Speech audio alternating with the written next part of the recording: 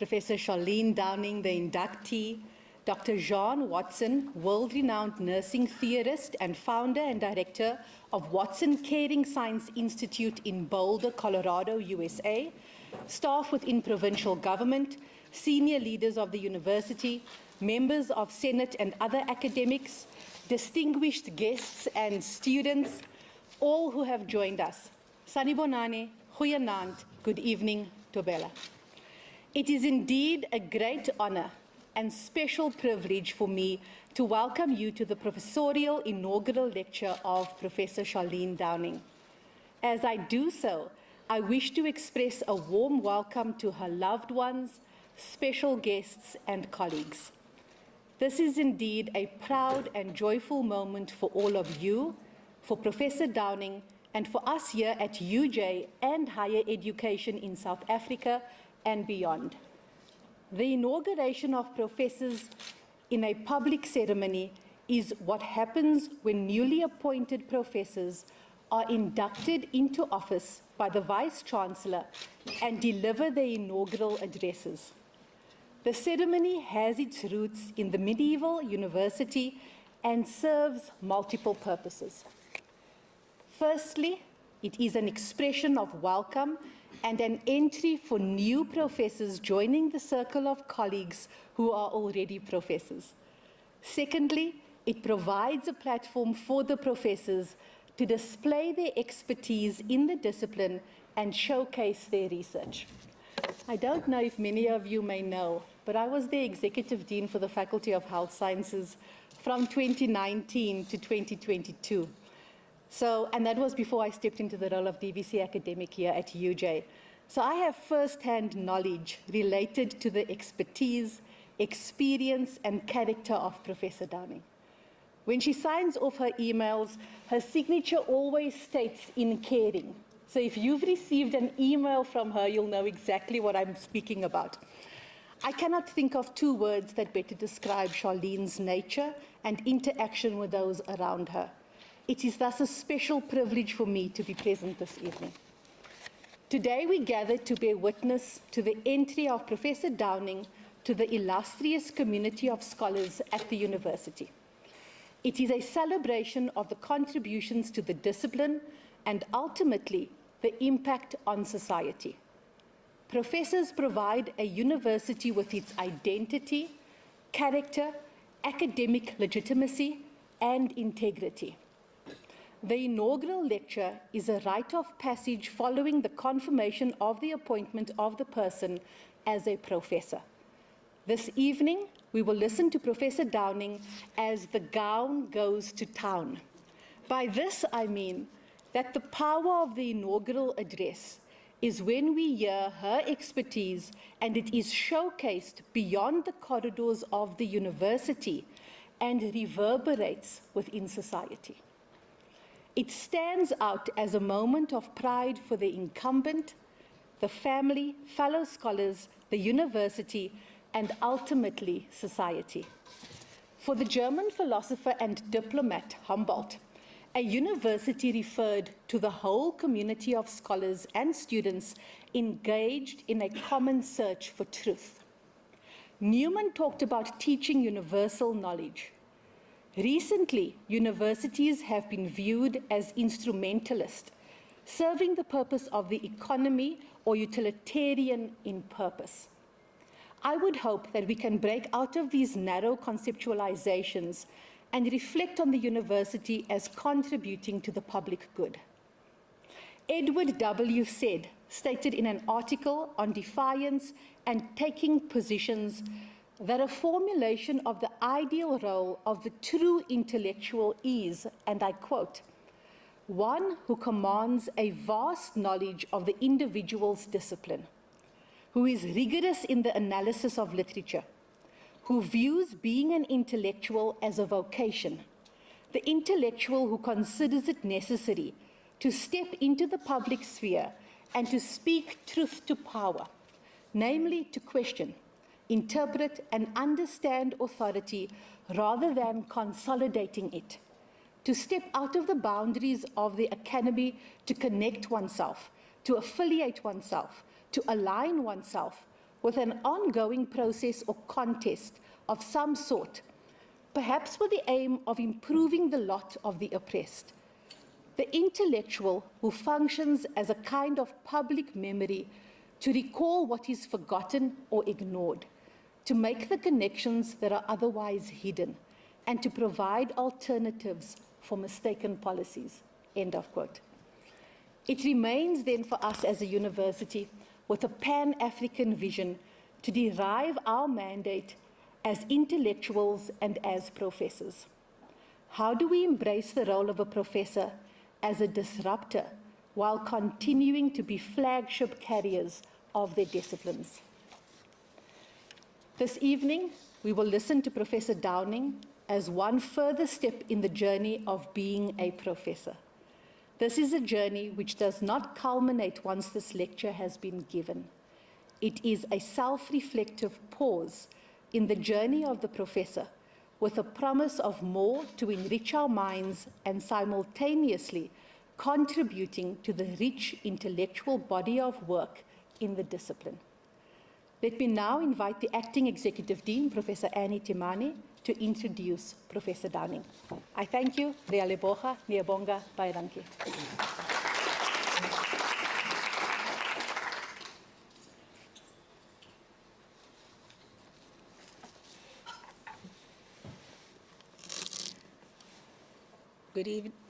Good evening.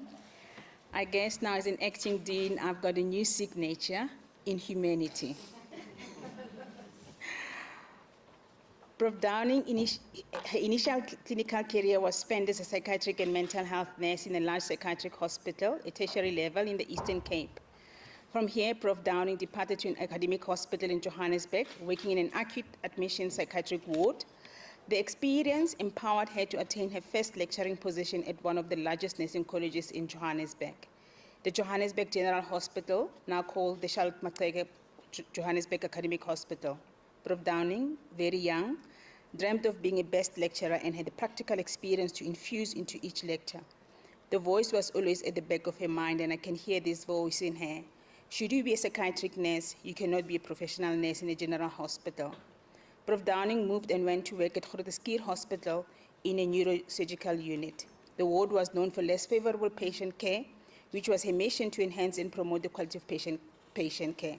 For the first 3 months, Prof. Downing worked as a professional nurse and learning all the ropes and received teachings from Prof. J.C. de Villiers regarding the surgery and care needed. 3 months later, Prof. Downing was the sister in charge of this unit, and this unit became the talk of the hospital for patient care and stellar service delivery targets. Again, she left to teach at the less advantaged nursing college. A world of cultural sensitivity and gaining and embracing cultural competence was part of a learning curve. This was when Prof. Downing stepped out of nursing and entered into management care. She was one of the first nurses to be appointed, enjoying a world different to the known one, and was learning best practices of caring patient preferences and quality care. Prof. Downing completed her master's in 1998 from Stellenbosch University with distinction and was awarded the academic prize for best performance in 1999. She graduated her PhD in 2013.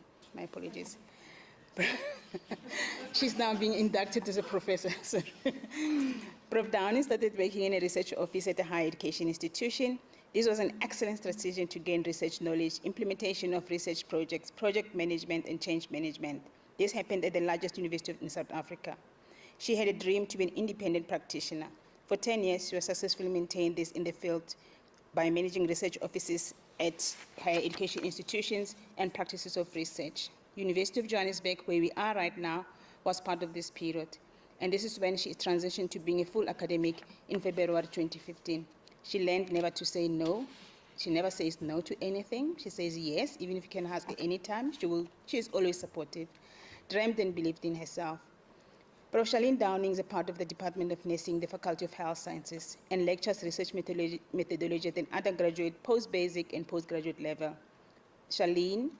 Prof. Charlene, her world of teaching and research is deeply rooted in the work of Jean Watson's Caring Science and the Philosophy of Ubuntu. She has published 47 articles and her H index is 12, and has the highest cited paper in Journal of Clinical Nursing, where she is the co-author and has attracted 300 citations. Most of the students she oversees are part of a niche area of caring. Prof. Downing currently supervises 28 master's and 26 PhD candidates. She has supervised to completion 14 PhDs and 35 with 2 external master students in the past 10 years. She serves on 5 international editorial and review boards. She's a very active lady. She's a co-guest editor for a special issue entitled LGBTQI Persons and Caring Practices in Global Qualitative Nursing Research, and also is part of an international LGBTQ research project with 5 countries and a national project. She serves on board of Sigma Chi at Large chapter as a director of research. She was nominated to serve as a member of the research portfolio of the Fundisa in April 2022 and was also inaugurated in the Fundisa Hall of Fame for research excellence in nursing in December 2022. Her appointment as a member of the OASIS Scholarly Books Domain Editorial Board for Health and Veterinary Sciences have been extended to a further 5 years until 2027. This role she started in 2018. Prof. Downing was the editor-in-chief of Health SA Gesondheid from September 2018 until May 27, 2022. She completed a postdoctoral fellowship with Dr. Jean Watson at Advanced Career Institute in the University of Colorado in the US from 2015 to 2017. She received the OASIS Laureates indexed in PubMed Central during 2020, Health SA Gesondheid Journal of Interdisciplinary Health Sciences. In December 2021, she received a fellowship by examination of the Faculty of Nursing and Midwifery of the Royal College of Surgeons of Ireland, University of Medicine and Health, Dublin in Ireland. She received a C2 NRF rating at the end of 2022, which was effective this year, January 1st, 2023. She's regularly invited to host writing workshops at Nelson Mandela University and the University of Venda. Prof. Downing was a guest lecturer for the PhD elective program at King Saud University, Kingdom of Saudi Arabia. She's an external moderator at the Mediclinic Swan Learning Center and Nelson Mandela University. She's co-lecturing the postgraduate diploma in supervision for qualitative research at the postgraduate school here at home, University of Johannesburg. Prof. Downing, as we all know her, she's deeply rooted in her family as a support system and loves gardening, especially vegetable gardening, to share with others. I've received several veggies from her garden. Her philosophy rests in the principle of Ubuntu, I am because of you. Thank you.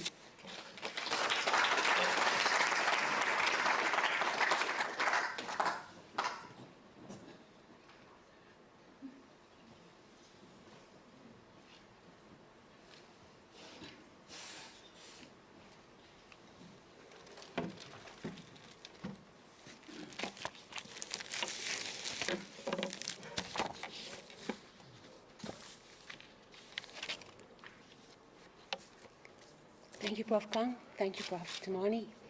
Thank you for the introduction and the kind words. A warm welcome to each and every one of you, and thank you for being here for me. All right, I can reiterate the last words of Prof. Temani saying, I am because of you. Many of you know me or got to know me as Miss Downing, all right, then Dr. D, and now Professor Downing. All right, and most, if you love me dearly, you call me Prof. D. All right, if you're in trouble, then I'm called Prof. Downing, okay?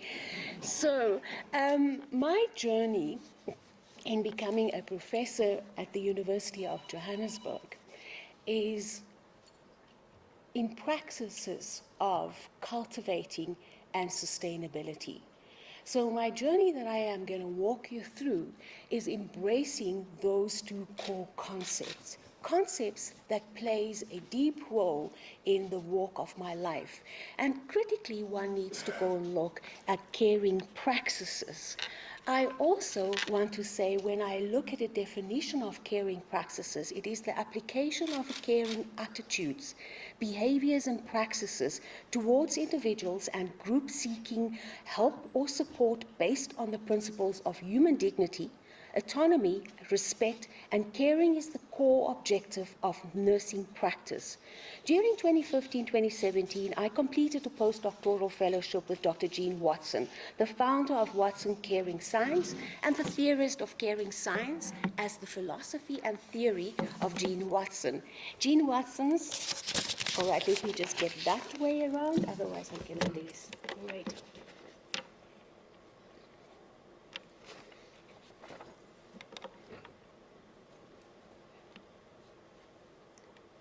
Thank you very much. Caring is central to the nursing practice and promotes health better than just a medical cure. She believes that a holistic approach to healthcare is central to the practice of caring in nursing. According to Watson, caring manifested in nursing has existed in every society. However, a caring attitude is not transmitted from generation to generation. Instead, it is shared by the culture of nursing profession as a unique way of coping with its environment. And I would like you to be mindful of the word culture here. According to Watson's theory, caring can be demonstrated and practiced by nurses. Caring for patient promotes growth, and a caring environment accepts a person as he or she is and looks to what he or she or they may become. One needs to go and look in my own reflections, and this is a slide I would like to share with you. This is my world of being a postdoc from 2015 to 2017. So you'll see in the middle, there's a beautiful picture of Jean and myself, and that is when we did a presentation in Jordan. And to the side of that, that was the day that we graduated. You'll see Prof. Anna Nolte there. She was part that shared my postdoc with me. And at the bottom, every year when it's Jean's birthday, we would be invited to a home and we would share space there. So my journey within the world of caring was for me to see beauty in all, and also to see caring happening, but with a mindful approach towards the seeing, believing, thinking, and feeling of beauty in all we do. Wearing the caring motto in your heart enables you or me to make a conscious decision to be a concerned participative listener when someone talks to me, giving the person the platform to promote communication and listen and reflect with attention. For me, it is more in how I am with the genuineness of my attention to the individual, and they feel my presence in the caring moment. To care is part of my living space. Caring is very close to my heart, and I have so many people in the world who taught me about caring and show me the value of deep caring and the fulfilling shift in my heart to know that I cared at multiple levels and moments during the day. Acts of kindness toward people is a principle applied throughout my day, and there are days when I fail dismissively or I miss opportunities. I take stock and then I integrate in the evening, and I think of my ability and my heart and my yearning to care the next day. I ask myself a variety of questions. How did I do? How can I do? And where did the engagement with the caring moment come from? My heart or my head? And when I failed, it's usually from my head, all right, and not from my heart. What do I take with me for the next day? Blessings for the beauty of the caring moment and individuals that engage with me to develop and sustain the loving and open and caring moments of engagement. Did I use the caring moments given to me, and did I take the caring moments to the fullest of the care? How did I care for myself today? And as we look at the sustainability of it, we are moving within the world of caring to self-care, and specifically COVID-19 brought about where we were confronted with the notion that how does nurses care for themselves? And critical in that was found that nurses neglect themselves and rather would say the patient comes first. So one needs to go and look that one works within that, a reflection of yourself in a quiet period every morning and evening, also brought about being of caring. Sometimes to be with a person at the moment, I have a deep committed caring to humanity and the optimization for the persons involved in the caring process. I'm deeply aware of the changes in caring and more environment to the trend of aggression, uncaring attitudes between professional nurses and students, and the students' perceptions of role models. I grew up with role models, and to this day I can remember their names, I see their faces, and I have a deep emotional tie with how they contributed to my world of getting to know about caring. Caring is the critical essence of nursing and the main ingredient. If one should move and use the metaphor of baking a cake, you will have no cake without caring, or it might be true that you will have a very bland, mediocre cake. The gap made me aware of my relationship with students, being in a critical position to develop and sustain loving, trusting, caring relationships. Nursing practice entails applying theoretical knowledge clinical experience and research evidence to produce desired patient outcomes. However, it is critical to individualize nursing care, and given that the patients are unique and have different needs, values, and preferences. Caring is the core of nursing, and its sustainability is realized by nurse shortages, negative workplace culture, and a lack of organizational support. Watson postulates that humanistic values characterize caring, including kindness, empathy, concern, and a love for self and others. Caring is a means of establishing a connection with people through which we learn about their worldviews and experiences. Caring traits and behaviors are ingrained and acquired through social environment. In the African context, caring is ingrained through Ubuntu, which is the basic principle of humanity. Ubuntu maintains that no person's rights are more essential than another person's. Therefore, every member of a community, including children and adults, for example, should be valued and treated with respect. This is supported by the Bill of Rights that states that all people in South Africa are equal and are to be treated with dignity. My journey started where I looked at a critical concept analysis of Ubuntu and the relationship between Ubuntu and caring.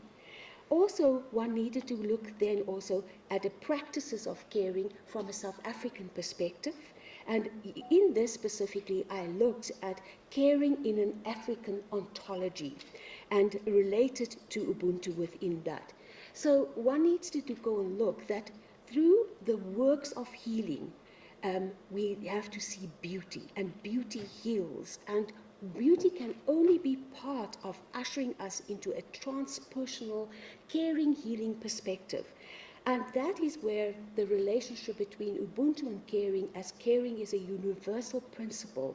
Along the journey of life, everybody needs people to care for them. The question is, what is the African concept of caring? Moreover, how does it differ from the Western concept of caring? Traditionally, the African concept of caring involved all the members of the village, or the community, family, relatives, tribe, and ancestors. So tonight we can say that we are a village, all right? In the African village, the principle of Ubuntu introduced the concept of belonging. And from here, the support of the shaping and the manifestation of caring, and caring happens subtly, comes from the heart and manifests as love. Work that I did, my early work that I did with Prof. Hastings Tolsma and myself, we postulated that Ubuntu is a platform for intricate relationships between persons and the community. Ubuntu epitomizes the promotion of standards of moral behavior while living the central philosophy of interaction between the people and how relationships are manifested. Ubuntu philosophy, intertwined with Watson's caring science, is used as a theoretical lens to extend the application within the South African context. Many sub-Saharan languages have different versions of the word Ubuntu in their language.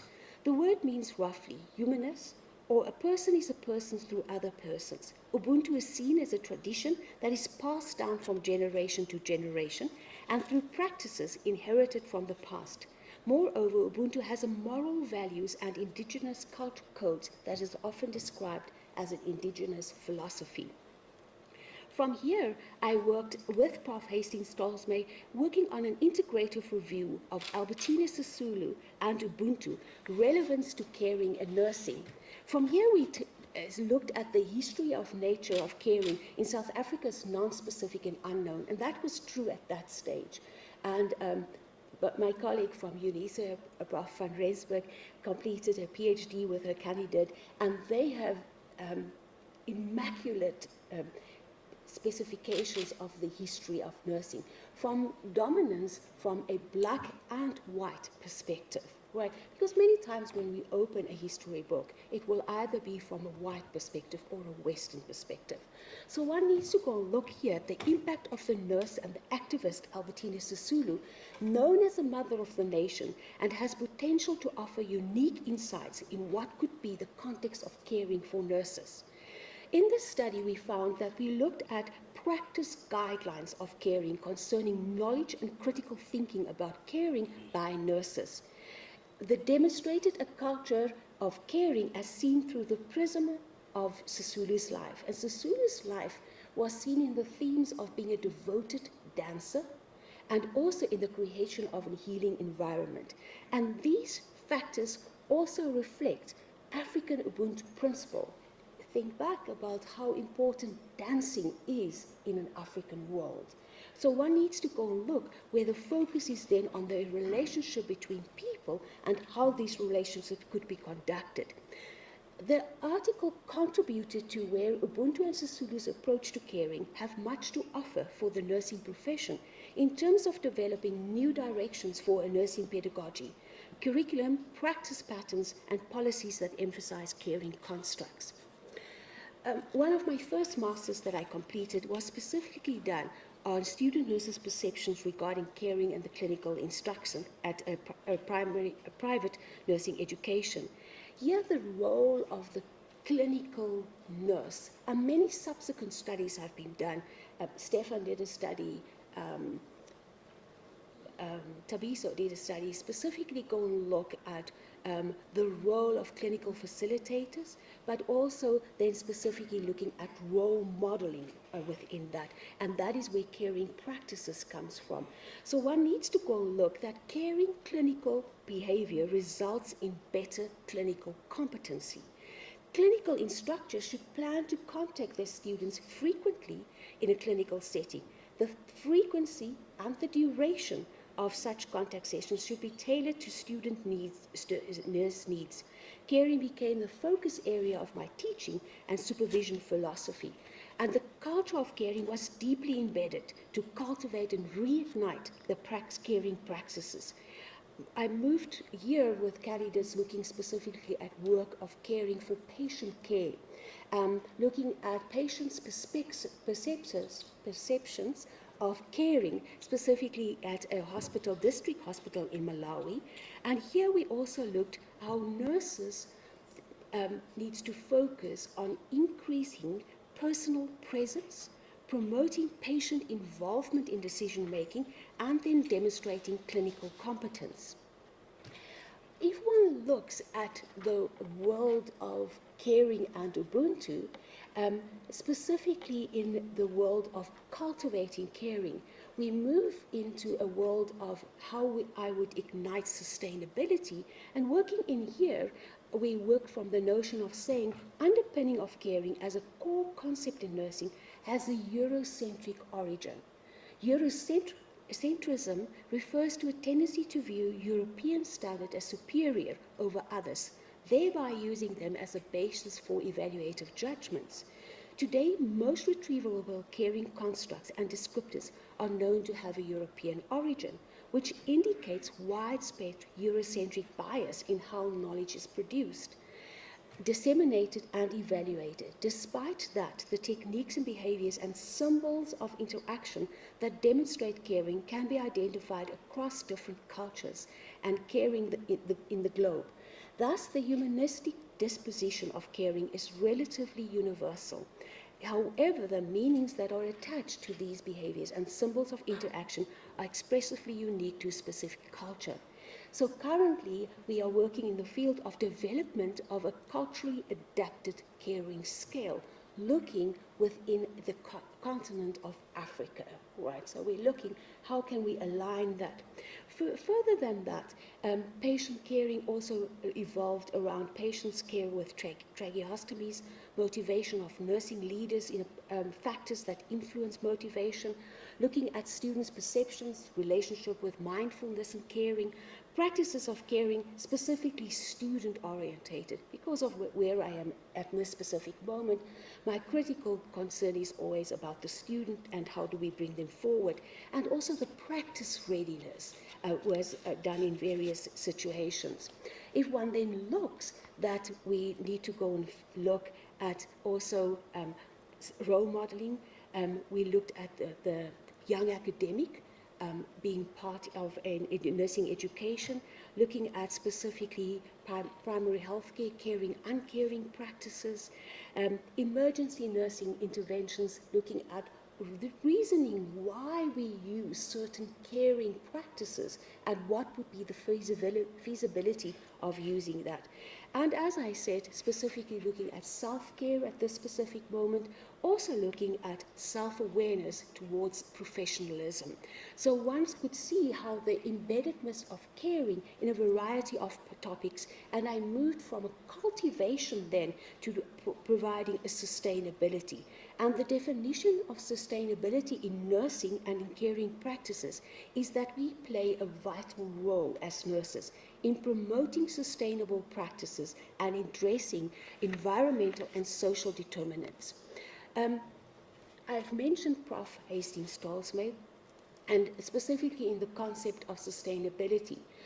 When I was not a lecturer at that stage, she was a Fulbright fellow. And we started, one of my first publications was looking at a critical evaluation on a Fulbright experience. And this work detailed the influence of having a host facility, and then specifically we with the Department of Nursing, and then have a scholar within that being awarded. And the successful exchange was described, and also the activities to sustain this connection. From here, so that was the cultivation that one talks about. From here, the sustainability is then we moved into developing a bibliometric article, looking at what would be the positioning of authorship and specifically the relationships or the networking within that. We currently, as I stand here, Prof. Hastings-Stolzmay is delivering a paper where we have done an update from our last bibliometric, and that is where we're looking at the sustainability and specifically looking at internationalization of research and collaboration. One also needs to go and look at transformation. And one of the concept analysis I did with a PhD candidate was looking at transformation specifically in nursing, and then related to student nurses, where student nurses need to be reflective of their practices of learning so that learning can become a lifelong learning and not just for that specific moment that one needs to go and look at. If one then needs to go and look at holistic nursing is the notion where we're moving to at this specific moment, and saying that the values of integrality and the awareness of whole people and whole system interconnectedness. These concepts are foundational in the broader global health agendas and initiatives of our time, which seek to improve human, animal, and planetary health. For the first time, we will see that there's articles coming of what are nurses, how does a nurse care for the planet, all right?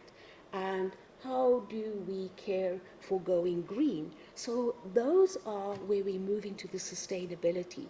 So I forgot about the slide, so let me share with you the next slide, all right?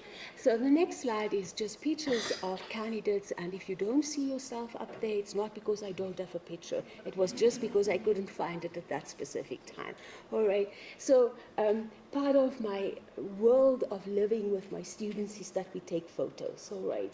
We take photos of events, and we take at a variety of places. I've also put up a handbook that that was part of Jean's work that we wrote as part of a postdoctoral fellows with her. At the bottom here to that side, you'll see where we did some planting of vegetables at Woodside Sanctuary, and it's just about the planetary science that we need to go and look at, all right? So if we look at United Nations 2030 Agenda for Sustainable Development, represents the most remarkable transnational initiative in history, a 15-year plan rallying collaborative actions between countries, governments, people, and people in the planet to thrive and survive. Taking the notion of sustainability of my research is to embrace diversity and complexity and create a definitive scientific roadmap for quality of care and outcomes. The focus is aligned with two priorities: medium-term strategic framework and two goals: Sustainable Development Goals and the National Development Plan. The priorities that I specifically look at here is priority 3 and 6, which looks at education, skills, health and priority. Priority 6, social cohesion and safe communities. Goal 3, which is good health and well-being. Goal 5, gender equality, and then the National Development Plan, measures to advance empowerment of persons with disability. But again, I am quite sometimes I think about it, and I think if I look at Sustainable Development Goal 3, can be seen as a theme that traverses the overall ethos of the UN 2030 agenda. For example, various social determinants is part of SDG 1 to 4 to 6, economic welfare is part of SDG 8, and the ability of cities and human setting. Within sustainability, I am working with co-workers and co-researchers on the initialization of LGBTQIA, lesbian, gay, bisexual, transgender, transsexual, queer, questioning, intersex, and asexual, aromantic represents a multidimensional group of individuals with unique experience and healthcare needs. Despite legislative advantages, LGBTQIA individuals continue to experience discrimination and encounter numerous barriers when assessing healthcare. Furthermore, this marginalized community is plagued by various acute and chronic health challenges that include but are not limited to depression, suicide, illicit substance use, and higher risk of HIV infection that extend throughout their lifespan. However, and I'm just going to say LGBT, persons experience discrimination at healthcare facilities, and comprehensive and culturally competent care is lacking. There is evidence on addressing cultural competent care in publications. However, there is a lack of cultural competent education and training with specific relevance to LGBT patients. It is evident that the nurse education curriculum is inadequate in preparing student nurses and professional nurses to provide compassionate and holistic care. As a result, nursing students may not be adequately prepared to identify and address LGBT healthcare concerns based on the current curriculum. Currently, I'm part of a 5-nation international health collaboration where we have published one article specifically on the international collaboration. We have the data of the 6 nations, which we are busy with the second article on. Myself and Prof. Njingila and one of my PhD candidates, Dr. J.D. Holzhausen, is working on a project where we looked at a pilot study, specifically at the University of Johannesburg, looking at the knowledge, attitudes, and behavior of 3rd and 4th year candidates, nursing students, and we have that pilot study that we have the results. We've also liaised with the University of the Western Cape, Stellenbosch University, and the University of Nelson Mandela University, and working at collaboration within that. Specifically, one needs to go and look, if you look at educational training on LGBT specific health issues among healthcare professionals, identifies 2 themes. We need to go and look at inclusivity of changing values and an attitude to LGBT. And we need to go and look at what constraints would be in practice that is difficult for implementation of caring practices. If one looks at one example, is that there's a text there, we looked at the availability of literature of LGBT, and only 2 nursing textbooks that collectively had 25 pages that would cover LGBT. At the moment, I have 3 candidates working on LGBT. We have a Mandy working on specifically on student nurses and their experience of when caring for LGBT patients.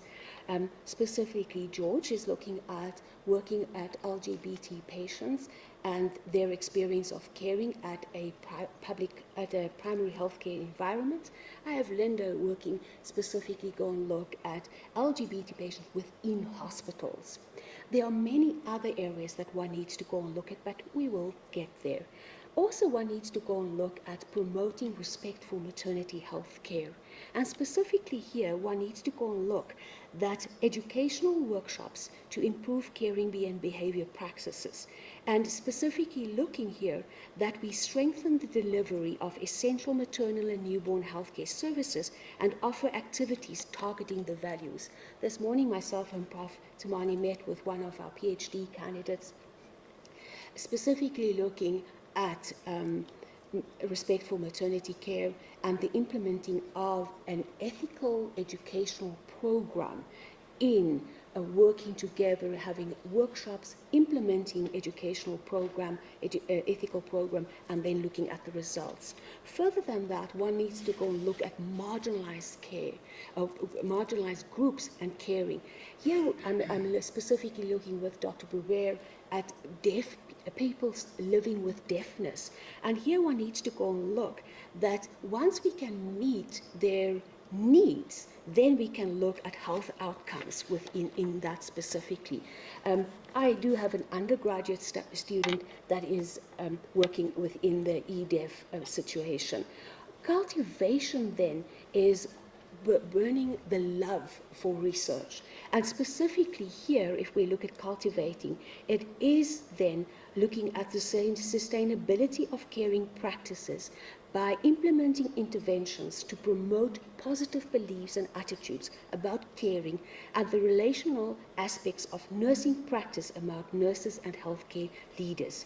Enabling the sustainability of caring practices in nursing practice and research is critical to improving patient outcomes, efficiency, staff satisfaction, and the reputation of our profession. One needs to go and look at key aspects that one needs to go and look at and work within, and specifically look at evidence-based research, looking at improving clinical skills, and that is by attending conferences, taking continuing education courses, staying updated with latest research, evidence-based practices that one needs to implement in clinical caring, and fostering a reflective practice wherein one needs to go and look at improvement areas that one works with.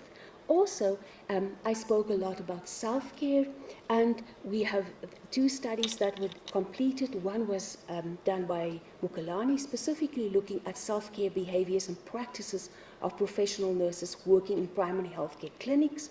Then George, at a master's level, looked at practices of self-care by professional nurses working at primary healthcare clinics.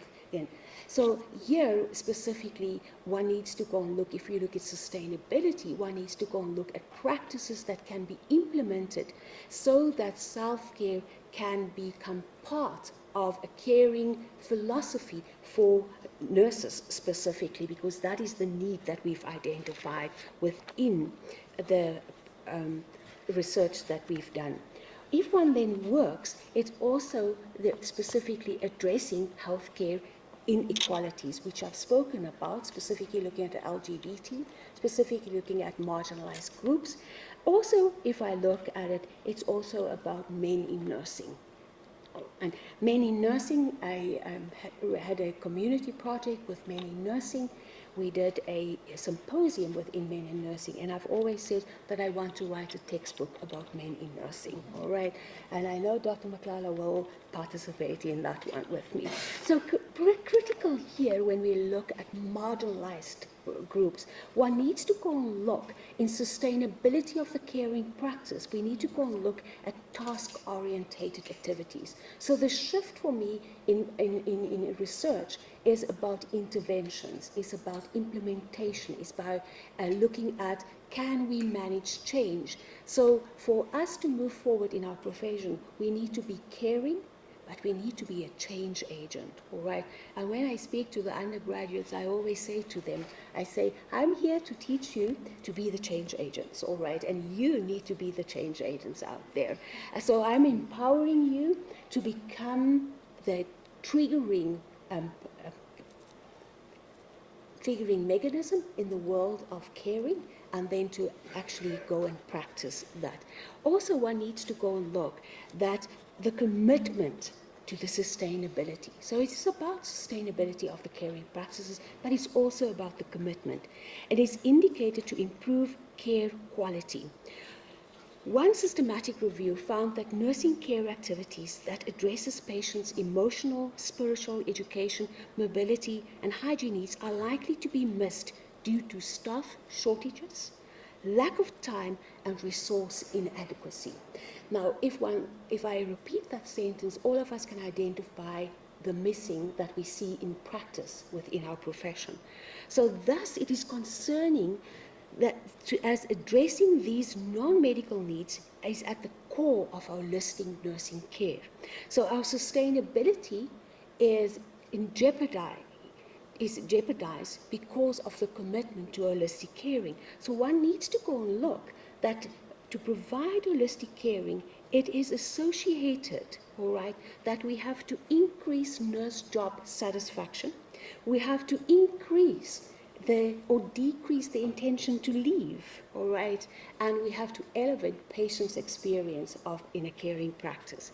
Similarly, one needs to go and look that a person-centered care model increase nurses' job satisfaction, and also we're going to look specifically at the aged, all right. As a practice, I sometimes ask when I lecture, I say, what do we do for the aged when they come in hospital? Do we care for them differently, or because their needs would be different? And how do we go about that caring practices? So certainly one needs to go and look that a research in caring practices for sustainability, and specifically in a country where we have a caring community or an aged community that's becoming greater. Further than that is compassion fatigue in nurses. And compassion fatigue has been there pre-COVID, but it is heightened by COVID-19, all right? And at this specific moment, I have 3 to 4 master's and PhD candidates working on compassion fatigue, and specifically compassion fatigue. Roanne is working on compassion fatigue related to patient outcomes, and then also looking at compassion fatigue specifically in how do we teach compassionate care to student nurses. And when I co-authored the article of compassion fatigue in nurses, specifically one looked at healthcare resources being spread thin. Also, nurses is the largest single group of healthcare providers. And if one look at strategies to reduce burnout is needed desperately. If one looks at that, the findings of our meta-synthesis was really where we need to go and look to implement strategies which prevent and identify and mitigate compassion fatigue in nursing. If one then looks at the compassion fatigue, one needs to go and look at the organization's ethical climate that the organization work in. And specifically here, one needs to go and look at the shared perception of ethical behavior, and then implementing individualized or patient-centered care. Also, in my work, I am moving to the world of the sustainability. All right, let me move there. And one of the greatest learning skills for me at this moment is artificial intelligence, all right? And Herman is working with me, with one of the students. We're looking at virtual reality in students making a diagnosis, right, and the correctness of the diagnosis and the interpretation of that diagnosis. Further than that, there are 2 candidates that's working on mobile applications, specifically looking at knowledge and skills, how to diagnose preeclampsia. Also go and look at, and I see Paul looking at me eagerly. Prof, are you going to tell them about my study? Yes, Paul, I am going to tell them about your study, all right. Specifically looking at a mobile application for university students on the uptake of PrEP, so one needs to go and look at that. And then also, it is in a novice phase where we're looking at algorithms, all right? So, and this is a field that is very, very unknown to me, and where we're looking at using algorithms to predict care and accuracy of a diagnosis, all right? So that is an area that one needs to go and look at. Also, if we look at evidence-based initiatives to sustain caring practices in nursing, specifically looking at creating a learning environment that is evidence-based initiatives that several healthcare organizations have implemented to cultivate and sustain patient-centered compassionate care. So one needs to go and look here. The sustaining of the impact of caring practices depend on teamwork, positive organizational culture, and nursing leadership support. Further than that, one needs to go and look that there is limited research in South African context on strategies used to cultivate and sustain caring practices in nursing practice. So that is where we need to go and look also. Also the role of nursing and healthcare leadership. Specifically here, one needs to go and look at nursing and healthcare leadership can influence a culture that promotes sustainable caring practices and integrating its ideals and values into organization goals, policies, and practices. Furthermore, there's a master study that I did with Fulufelu, specifically go and look at policies and practices and procedures during COVID-19. And we had a phase 1, phase 2 was where we did at how did they follow the policies of the hospital, and phase 3 was an observation of doffing and donning. So one needs to go and look that how do we go about sustaining that and promoting from an organizational learning environment, specifically looking at that the implementing caring values throughout that specific organization. Also, implications for nursing education policies and practices. Nursing education should emphasize caring practices to ensure nurses have skills, confidence, and motivation to provide person-centered, compassionate care that is respectful and dignity-preserving. Organizations should implement policies encouraging holistic nursing care and integrate compassion, respect, and dignity into institutional goals, missions, and core values. Nursing and healthcare leadership should foster a caring culture and provide nurses with resources, support they need to deliver holistic, patient-centered, and compassionate care. Therefore, healthcare organizations should continuously educate their staff on compassionate care to develop their skills and confidence in handling patients. So you can see how the focus of my work has been in the sustainability. All right, it's cultivated and I'm moving over to sustainability to bring about change and creating an environment where this can be part of our practice. If one again goes in conclusion, caring practice is the core of nursing practice. However, sustainability is threatened, and we need to go and look that we address the caring that is being threatened, specifically looking at dissatisfaction of nurses leaving the profession. There's a need that we do more research on retaining nurses and how we can specifically go and look at it, and also effective ways where we can cultivate and sustain caring practices.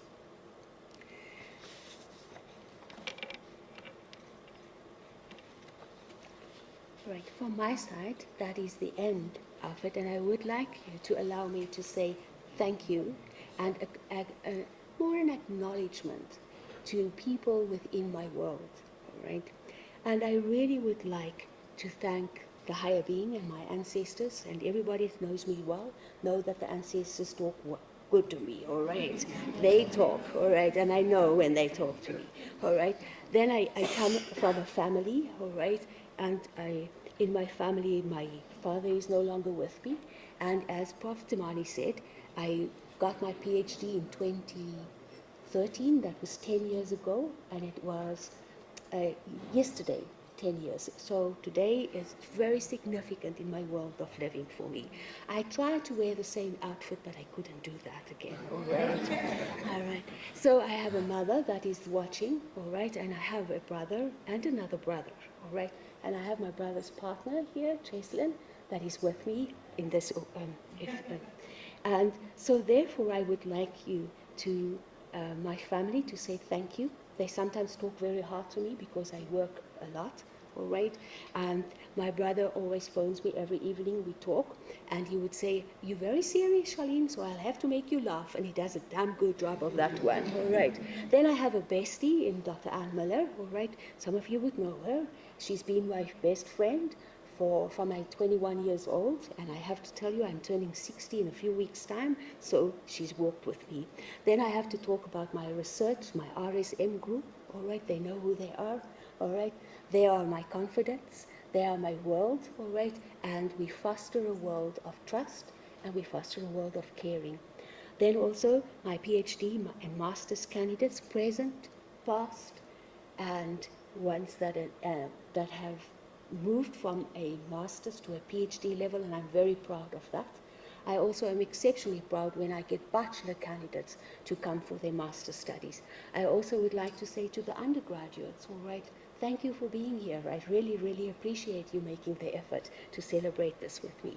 I also have to thank you, Jay, for supporting me in this career and making many aspects available to me. Specifically here, I have to look at the dean that appointed me was Prof. Andre Swartz, and he did support me specifically in the scholarship that I worked at. I then have to thank Prof. Khan. Prof. Khan believed in me, all right, and she was fiercely always behind me, all right, and say, keep going, all right. So thank you very, very much, Prof. Khan. To my colleagues from the Department of Nursing, thank you very much, Dr. Matlala, for being here, and thank you, Ms. Nkosi, for being here. I really appreciate you. And then I'm not sure if I have, for everyone else that have, Prof. Gisela, thank you very much that you came all this way to share this moment with me, all right. Also in the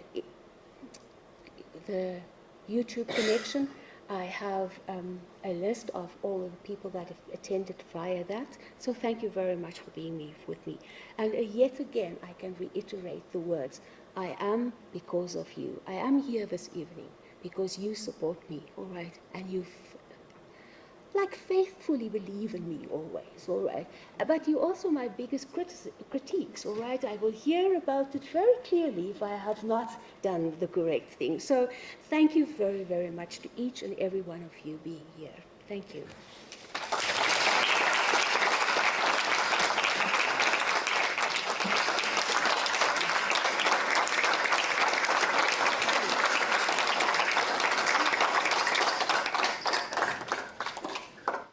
Okay, well, Professor Downing, Vice Chancellor and Dean, and audience of students and faculty, it is really my privilege to join you virtually for this special inauguration and to have the scholarship unfolded before us from Dr.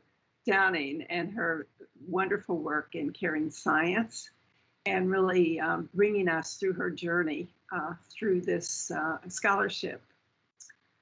I love the personal dimension of your starting point of your prologue, which is the personal, because in this framework and in this evolution of this work, the personal becomes the professional, which you begin to realize that caring is actually an ontology. It is a way of being. It is a way of being human. It is a way of honoring that relational connection of our connections, human to human to planet, human to community now.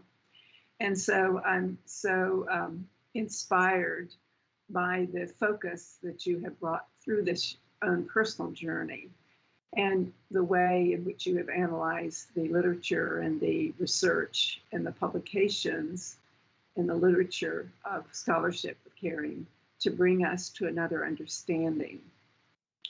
I think the other part of what I am impressed with is your poise and your confidence. You are actually presenting this work as a full professor, and it was just sort of beautiful to watch you and enjoy your presentation and the way you integrate the personal with the scholarship. So thank you for that. I think the other dimension of this work, which becomes so important, that you highlight the use of language.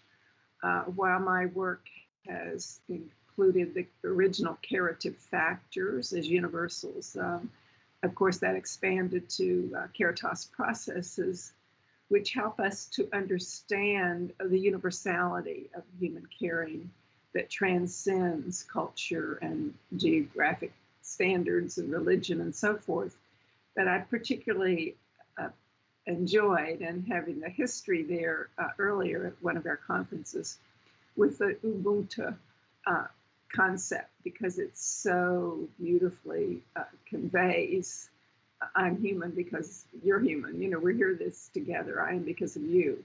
So this very deep African dimension of bringing this into carrying science and this deeper ethic of belonging, that we all belong to this infinite field that holds the world in their hands, in its hands, in her hands. And this, of course, provides the foundation for the values, for the philosophical orientation toward humanity, for the ethical ideal that we hold, even though we don't always fulfill it. We hold this. Nursing in particular has an ethical, philosophical commitment to hold this ethical ideal of human caring in these caring moments, and to move toward that reflective model that you have outlined, where we begin to catch ourselves when we are not caring, which goes back to that personal and this way of being. It's an ontology, and how that informs our knowledge. And I think the other part of what is so expansive, like you're expanding the caring science framework, you're expanding the theory, you're expanding the philosophical ethical context by making it explicit with the African culture. And I think that's a very important contribution, a scientific contribution to your scholarship, Charlene. And I love the way you've used Albertini Susulu as another exemplar, like a metaphor for this inspiration of lifting us up to a higher dimension of our humanity, which is an evolved consciousness, and sets up our culture of caring when we evolve in our consciousness to embrace the whole of humanity and to honor that universality through the different cultural meanings and the cultural experiences. And I like the way you highlighted the Eurocentric origin of this work, because it's there, with its own bias and its own worldview, but it also has expanded to these universals that encompass all of humanity, the Ubuntu concept. So your movement through these universals, moving from the personal to the community, to the cultural, to all the way through, and then how it impacts these caring moments in practice, but also how it affects our educational programs, how it affects the culture of our institutions, and how it impacts society as a whole, and the whole concept of fragility.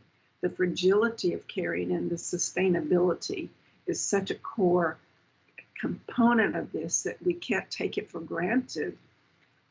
Human caring is a serious epistemic endeavor. You know, we think we know about caring, but it requires knowledge. And nursing has a scientific, philosophical, ethical responsibility to develop knowledge of caring. It's not something we can take for granted because it's kind of invisible on the margin.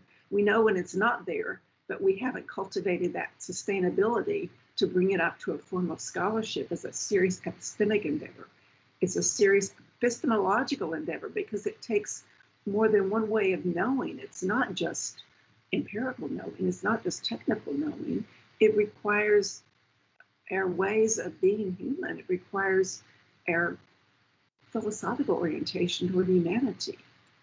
It requires our intuition, our personal knowledge, our clinical judgment, and how we mediate that within these institutional constraints are all very pressing core issues facing the discipline of nursing. And speaking of the discipline, I think what is so important in terms of your scholarship is that you are actually providing new foundational knowledge in the African context for the discipline of nursing. And I like to highlight that, there's a difference between the discipline of nursing and the profession of nursing. And if we're not clear about that philosophical values, universal foundation, our worldview that embraces Ubuntu and the ethic of belonging, without the language of our phenomena, we're invisible. And if we try to advance the profession without the clarity of that foundation of the disciplinary structure, we lose our way. And that's been part of the history and part of the excitement of this time, and your work as a contribution to this broader field is that nursing is maturing in its most mature level at the disciplinary level, which holds this caring as a core value, philosophy, ethic, foundation, knowledge base. It also holds this deeper ethic and moves us from this doing model of nursing to the ontology of relational knowing. The relationship is core. And I love the way you have highlighted that healing environment, because we are the environment. You know, when you really review, you can be in these institutional settings that have beautiful surroundings, but if you have people that are not caring, it can become toxic and really unhealing. And so all of this is part of this clarity that you're bringing to the discipline of nursing that has to be attended to and sustained, because we will not exist as a profession if we lose this. One of my colleagues in England, I love this quote to remind us of the importance of this. She says, any profession that loses its values becomes heartless. And any profession that becomes heartless becomes soulless. And any profession that becomes heartless and soulless becomes worthless. So what we're doing here together in this universal scholarship in human caring that transcends disciplines and transcends borders and boundaries is really providing the maturity of the discipline of nursing. And I like to remind myself that, it takes about 100 years for a profession to mature and come of age in its own distinct way, which is what's happening right now at this critical turn. I think the pandemic has highlighted the importance of bringing it from the margin into a new center, and this focus on the research, on the scholarship, on the core values, on the disciplinary structure, this unitary worldview. All of this is what's helping us to really launch nursing into its future. And this, of course, has those implications that you have highlighted in terms of undergraduate education, in terms of our scholarship, our research, and you have demonstrated your new directions too with your PhD students and some of the dissertation research that's really attending to more approaches to researching caring, which requires its own methodology. I think the other dimension of this work is the global dimension that this work expands into global health. And with the emphasis on the attending to these marginalized groups is really core for this time in our world. And it also, as you know, because you participated in the conference in the Middle East with the Palestinian and Israeli nurses, that when you're practicing human caring, we're contributing to peace in the world, which is another reason for the university scholarship to attend to the importance of developing the discipline and profession of nursing and its focus in caring science with all the foundational structure of the ontology, the epistemology, the methodologies, the praxis, the pedagogies, and so forth that flow into that and from that into policies for our world. So I thank you for the privilege of sharing this opportunity with you. I celebrate you. I congratulate you, and I congratulate the university because your work represents the evidence and excelling in all the missions of the university. So God bless, and namaste, and I hope I can see you in the future in real time and space. Yes, thank you.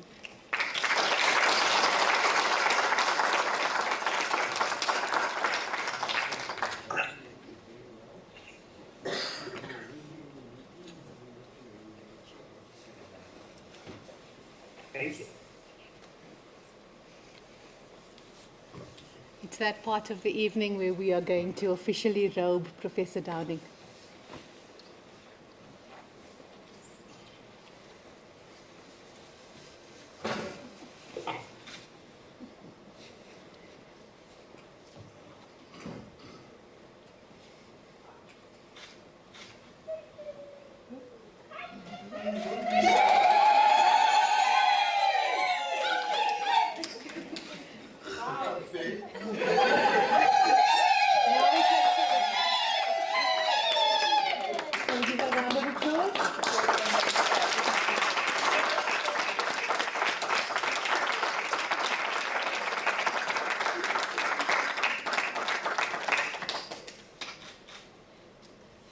Professor Downing, it is an honor and a privilege to officially welcome you to the rank of full professor at the University of Johannesburg.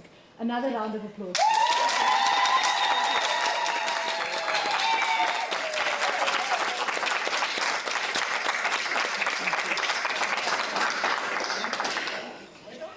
To those who have joined us online,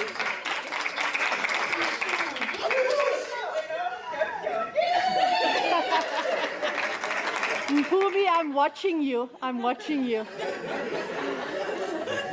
To those who have joined us online, thank you so much for joining us. And for those who are present within the room, this is a celebration. So come and celebrate with us. Refreshments will be served in the restaurant to my right, and I hope that we can have a chance to engage. Thank you so much. Good evening, everyone.